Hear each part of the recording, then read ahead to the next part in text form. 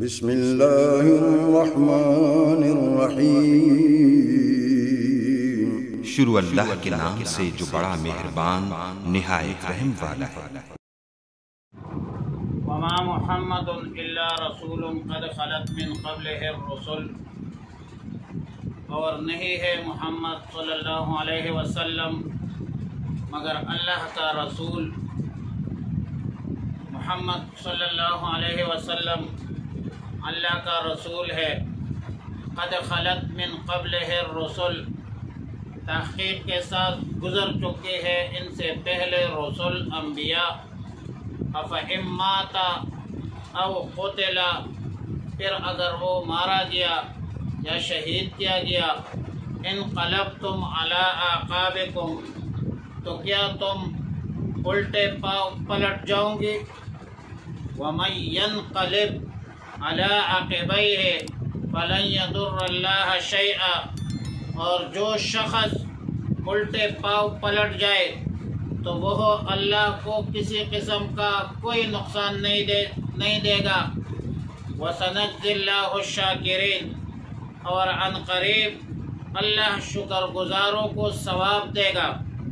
وَمَا كَانَ لِنَفْسٍ أَن تَمُوتَ إِلَّا بِإِذْنِ اللَّهِ كِتَابًا مُؤَجَّلًا، اور کسی جان کی موت نہیں آ سکتی مگر اللہ کے حکم سے، اس کا ایک وقت مقرر ہے، متعین ہے۔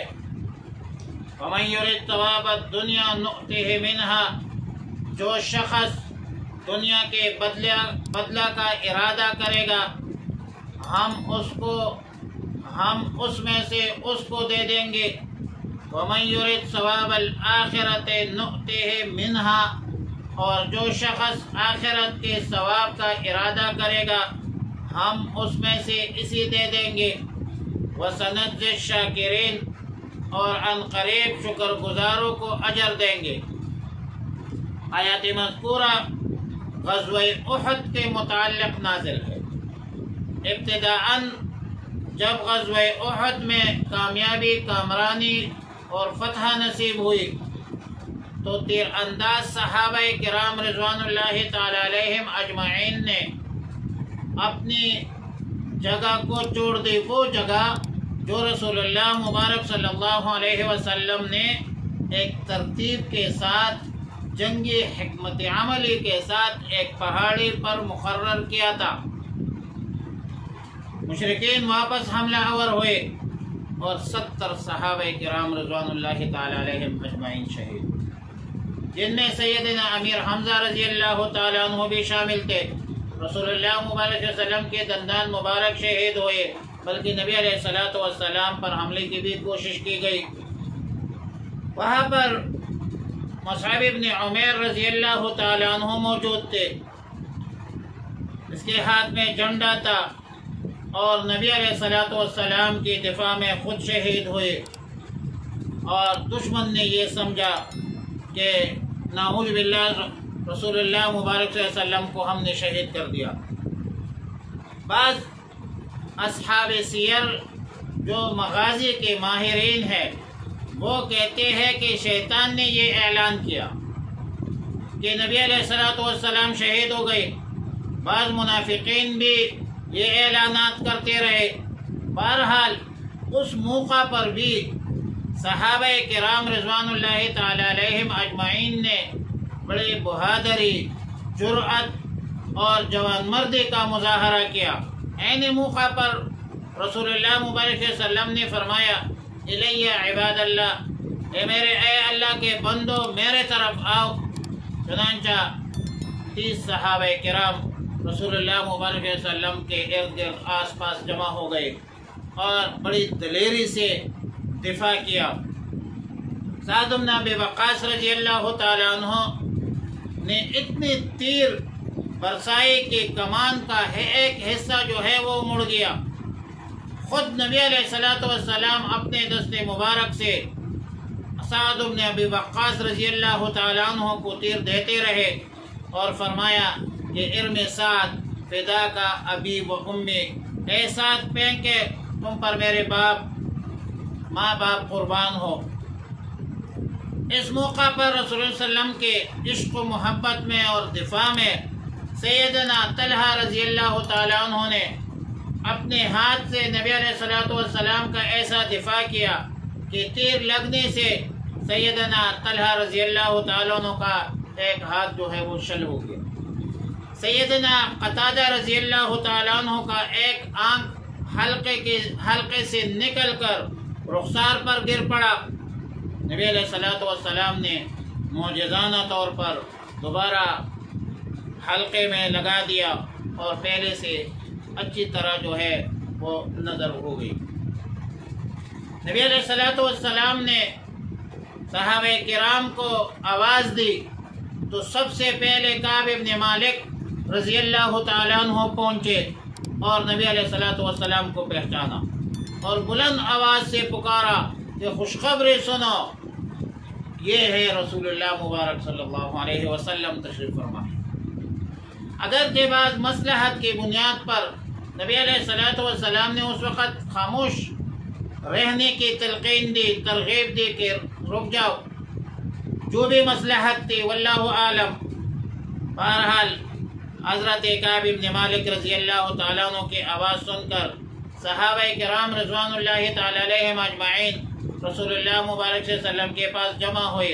نبی علیہ السلام نے ان کو ملامت کی کہ تم لوگوں نے کمزوری دکھائی، کمزوری اختیار کی، تو کہنے لگے کہ یا رسول اللہ صلی اللہ علیہ وسلم، ہمارے باپ دادا آپ پر قربان ہو، جب ہمیں یہ خبر ملی، جب ہم نے یہ خبر سنی اور آپ کی شہادت کی خبر سنی تو ہم پر رعب چھا گیا اور ہم فرار کی پوزیشن میں آ گئی۔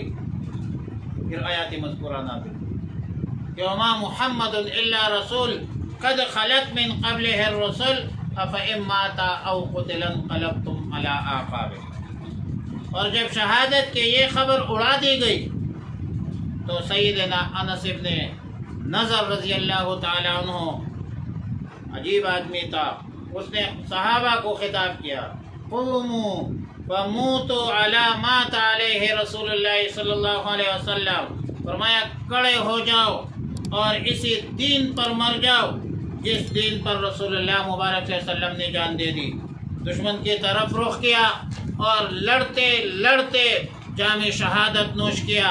اسی طرح ثابت ابن دحدہ رضی اللہ تعالیٰ عنہ نے فرمایا کان محمد صلی اللہ علیہ وسلم قد قتل فإن اللہ حی لا يموت فقاتلوا عن دینکم فإن اللہ مطہرکم مناصرکم۔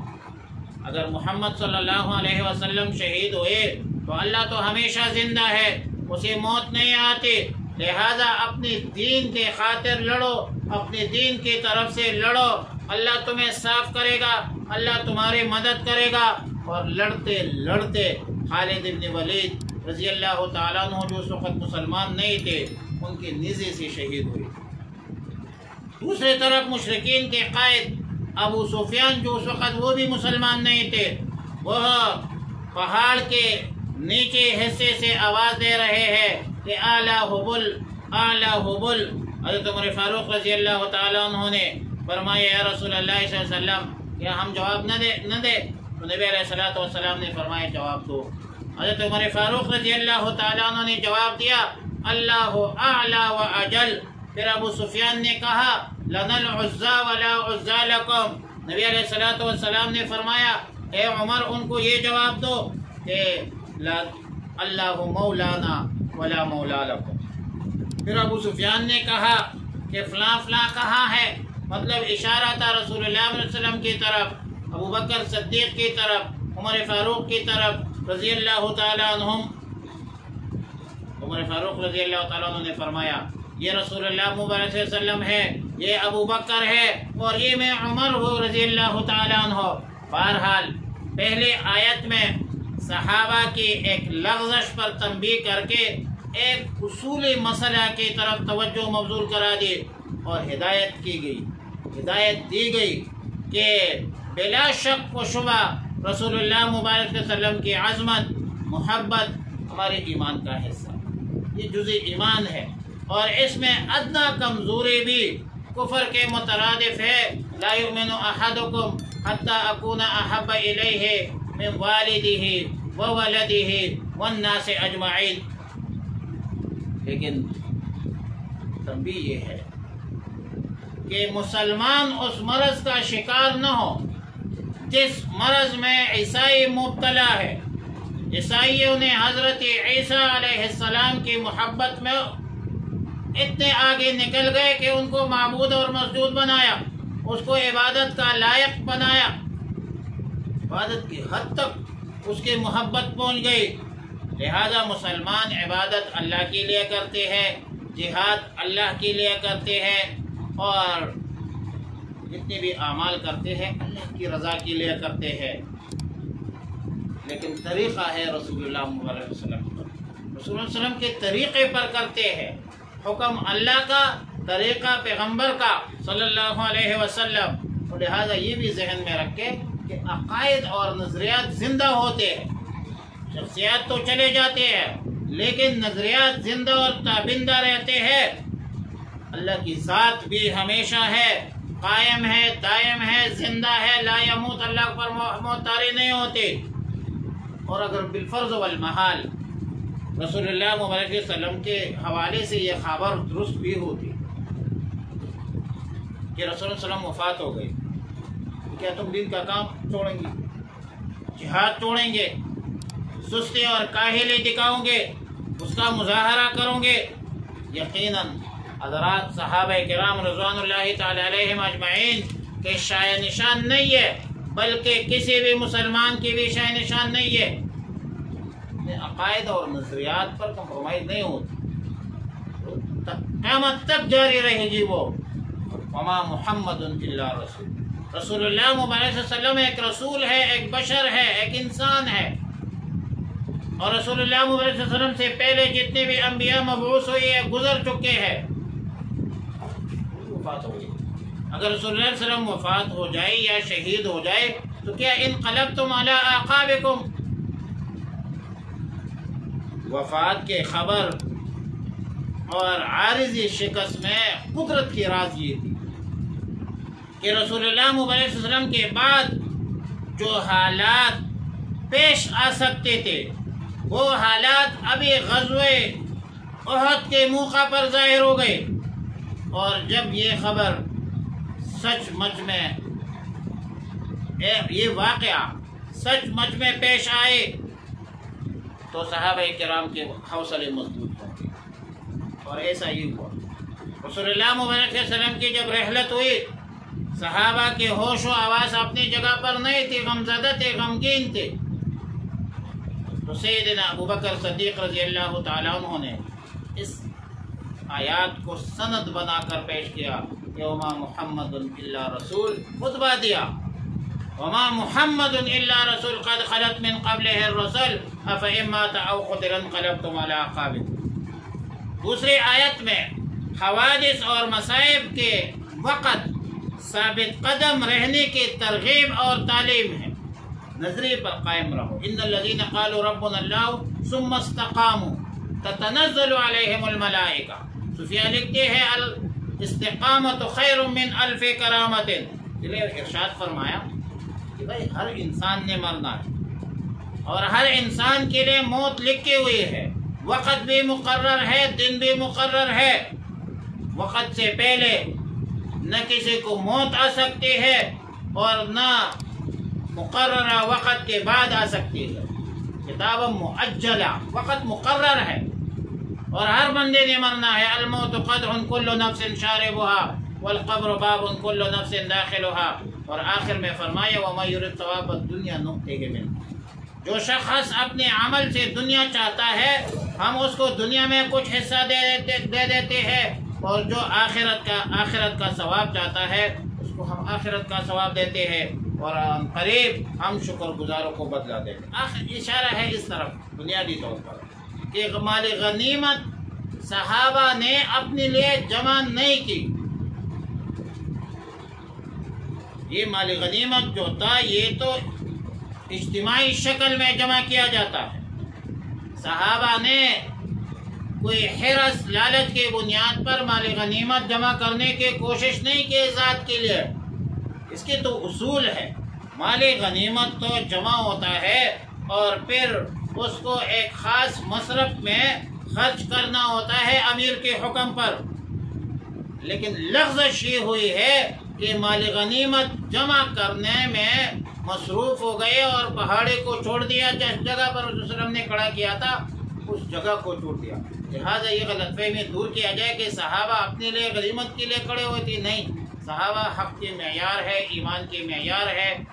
فرمایا وَإِذَا قِيلَ لَهُمْ آمِنُوا كَمَا آمَنَ النَّاسُ قَالُوا أَنُؤْمِنُ كَمَا آمَنَ السُّفَهَاءُ، فرمایا أَلَا إِنَّهُمُ السُّفَهَاءُ وَلَكِنْ لَا يَعْلَمُونَ، صحابہ تو اللہ ان سے راضی ہے، وہ اللہ سے راضی ہے۔ والسابقون الأولون من المهاجرين والأنصار الذين تبعوهم بإحسان رضي الله عنهم ورضوا عنه،